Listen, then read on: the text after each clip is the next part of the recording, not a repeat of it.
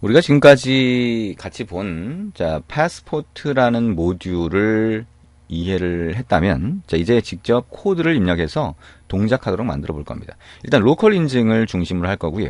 이 로컬 인증이라고 하는 걸 위해서 우리가 어떤 게 필요하다를 같이 봤고, authenticate와 strategy가 중요하다라고 하는 거 같이 한번 봤습니다.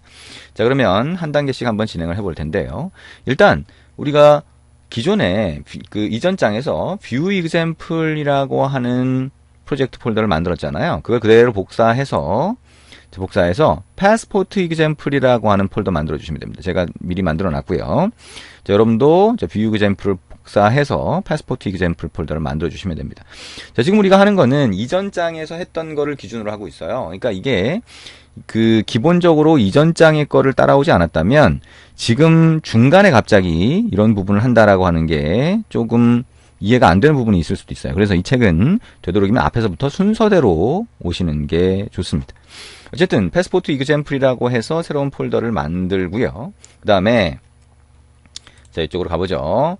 일단 그 안에서 모듈이 사용되잖아요. 그래서 이 세 개의 모듈을 먼저 한번 설치를 해봅니다.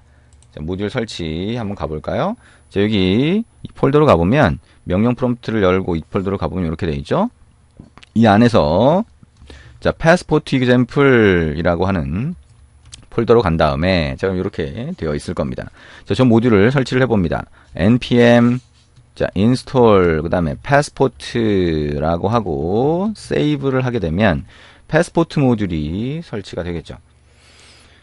자, 그리고 우리가 로컬 스트래티지를 사용을 하니까 패스포트 로컬이라고 하는 모듈을 이제 추가로 설치를 하게 될 거고요. 그 다음에 플래시라고 하는 걸 쓸 거니까요. 자, 커넥트 플래시도 설치를 해봅니다. 자, 이렇게 설치를 해볼게요. 자, 패스포트 로컬 설치를 합니다. 자, 일단 우리가 스트래티지에 따라서 모듈이 다 나눠져 있다라고 생각을 하시면 됩니다. 그래서 스트래티지가 워낙 많으니까 그런 것들 자체도 전부 다 모듈로 나눠놔서 필요한 것들만 갖다 쓸 수 있게 그렇게 되어 있습니다. 자, 세 번째, 이제 우리가 커넥트 플래시라고 하는 모듈 설치를 해봅니다. 자, 세 개의 모듈이 다 설치가 됐다면 이제 우리가 소스 코드에서 패스포트 모듈을 쓸 수 있도록 한번 반영을 해보면 될 것 같아요. 자, 그러면 저기 app.js 파일을 한번 열어볼게요. 자, 맨 위에 우리가 require라고 하는 코드를 사용하고 있죠. 그래서 require 코드를 지금까지 이렇게 쭉 사용을 한 거를 볼 수가 있고요. 자, 이 밑에 require가 주로 있는 요 윗부분에다가 우리 한번 추가를 해보도록 할게요. 자, 이게 자, 슬래시 하나, 둘, 셋, 넷, 다섯 명확하게 구분을 하려면 이렇게 뭐 커멘트, 주석도 같이 달아주는 게 좋겠죠. 그래서 패스포트 사용 뭐 이렇게 해서 자, 커멘트를 넣고요. 그 다음에 자, 여기에 var passport라고 하는 변수를 선언을 하고 require 그 다음에 passport 이렇게 코드를 넣어줍니다. 패스포트 모듈을 쓰겠다는 거죠.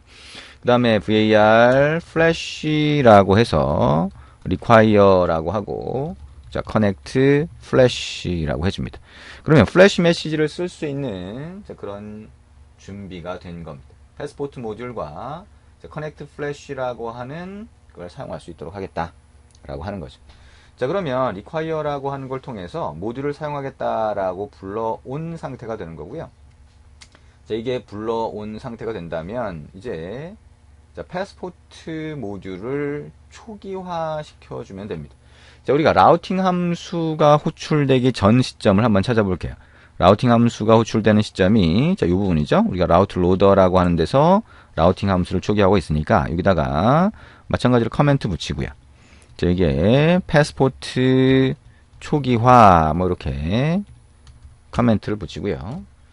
저기 app.use라고 해서 자, 익스프레스 서버 객체에 미들웨어 함수를 등록하는 use 함수를 사용하겠다라고 하는 거고요. 그 안에서 자, passport.initialize 이렇게 함수를 호출하도록 합니다. 그 다음에 app.use라고 해서 또 다른 미들웨어를 등록하도록 호출을 하고요. 자, passport.session이라고 하는 함수를 호출하도록 하죠. 자, 그 다음에 app.use라고 하고요. flash라고 하는 함수로 호출하도록 합니다. 자, 위에 두 개는 initialize와 session이라고 하는 함수로 호출하고 있죠. 이제 패스포트 모듈의 함수 두 개를 호출하면서 패스포트 모듈을 초기화하는 역할을 하게 되고요. 그다음에 flash라고 하는 함수는 이제 flash라고 하는 걸 사용하겠다라고 해서 등록하는 역할을 하게 됩니다. 자, 여기까지 하면 이제 패스포트라는 모듈을 사용할 수 있는 상태가 되는 거죠.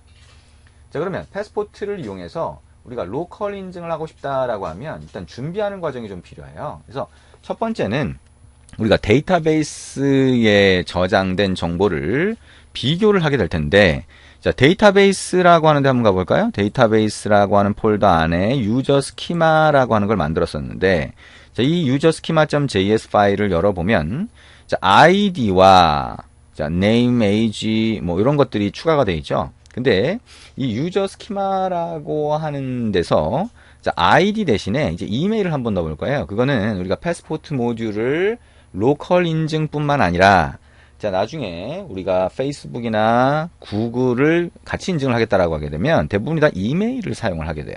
그러니까 사용자 구분을 위해서 이메일을 사용하거든요.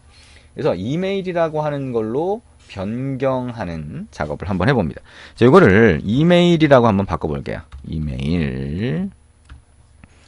자, 이메일이라고 하는 아이디를 저기 속성 이름으로 바꾸고요. 칼럼을 하나 더 생성을 한다라고 하는 개념으로 생각하셔도 되겠죠. 그래서 이메일로 바꿨고요. 자, 이거를 이메일이 아니라 사실 아이디 그대로 놔두고 거기다가 이메일을 넣으셔도 돼요. 예, 근데 일단 이메일이라고 명확하게 하는 게 더 나을 수 있어서 제가 이렇게 한번 해보는 거고요. 그 다음에 required true, unique true 요거는 일단 없애봅니다. 우리가 예외적인 상황을 일단 피해 보려고 이렇게 한번 만들어 보고요.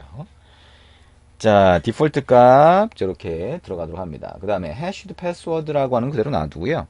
자, 이게 자, salt 그대로 놔두고 자, name age에서 age 값은 한번 빼봅니다.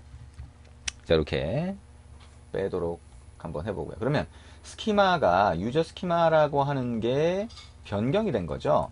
자, 그리고 밑으로 이제 내려와 보면 자, 버추얼이라고 하는 게 있고, 그러면 패스워드 값이 들어왔을 때 어떻게 처리할 건지, 자, 암호화해서 처리한다, 다시 복구한다, 뭐 이런 것들이 이제 있는 거죠. 자, 그럼 그대로 놔둔다라고 가고요. 밑으로 가보면, 자, 여기에 메소드라고 해서, 자, 들어간 게 있고요. 그죠? 자, 메소드라고 하는 게 들어간 게 있고, 그 다음에 스타틱이라고 하는 함수가 들어간 게 있죠. 그래서 요거는, 자, 여러분이 이미 해봤으니까 어느 정도 이해를 하실 거라고 생각이 되고요. 자, 여기다가 자, 한두 가지를 더 추가를 해보겠다. 자, 위에 여기다가 그냥 바로 해볼까요? 자, 뭘 추가할 거냐면 자, 이 유저 스키마를 하나 정했잖아요. 그럼 유저 스키마 점 pass라고 하게 되면 자, 칼럼을 확인할 수가 있습니다. 그래서 여기에 이메일 이렇게 하게 되면 이메일이라고 하는 칼럼 을 확인을 하고요. 속성이 되겠죠. 그 다음에 그게 확인을 하는데 자, validate라고 하면 확인을 한 다음에 이 validate라고 하는 걸 진행을 한다라고 하는 겁니다. validate 함수가. 그래서 펑션 이메일 이렇게 해서 자, callback 함수를 하나 등록을 하면 자, 이 이메일이라고 하는 칼럼이 유효한가를 확인하게 되고요. 기본적으로 칼럼의 값이 없으면 유효하지 않다라고 자, 전달을 하게 됩니다. 그래서 자, return 이렇게 하고요. 그 다음에 email length 이렇게 해서 자, 이메일 칼럼의 길이 값을 리턴하도록 하고요. 자, 두 번째 파라미터는 자, 유효하지 않은 경우에요. 그 경우에는 이메일 칼럼의 값이 없습니다 라고 하는 메시지를 여기다가 이렇게 넣어주면 됩니다. 자, 그 다음에 유저 스키마라고 하고요. 똑같이 패스라고 한 다음에 해시드 패스워드 이걸 확인할 수도 있고요. 뭐 일단 이거는 한 가지만 넣어보죠. 이메일이라고 하는 칼럼만 해서 이메일 값이 들어가 있는지 없는지만 들어가 있는지 아닌지만 한번 확인하도록 그렇게 한번 해볼게요. 그리고 밑으로 가보면 스타틱이라고 하는 걸 가지고 find by id라고 하는 게 있어요. 그래서 id를 이용해서 찾는 그런 메소드 함수가 등록이 되어 있는데 이것도 find by email이라고 하는 걸로 변경을 해봅니다. 그래서 여기 첫 번째 파라미터로 이메일이 전달이 되면 그 이메일을 가지고 이메일 칼럼을 확인을 해야 되겠죠. 자, 이메일 그리고 값도 이메일 이렇게 해서 객체로 넣어줘서 이메일을 이용해서 데이터를 찾는 자, 그런 함수로 변경을 해줍니다. 자, 유저 스키마라고 하는 스키마 부분에 자, 기본적인 기능을 변경을 했죠. 그러면 자, 요거를 등록해 주는 게 config 안에 있을 거예요. 자, config.js 한번 열어봅니다. 그러면 우리가 만든 이 유저 스키마라고 하는 파일을 사용을 하는데 스키마 이름은 유저 스키마, 모델 이름은 유저 모델이죠. 그리고 실제 몽고DB에 만들어지는 컬렉션의 이름이 유저스 3으로 되어 있어요. 근데 기존에 이미 이건 만들어져 있으니까 이걸 유저스 5로 한번 바꿔보자는 겁니다. 그러면 새로운 컬렉션이 만들어지겠죠. 그래서 config에서 이렇게까지 변경을 했습니다.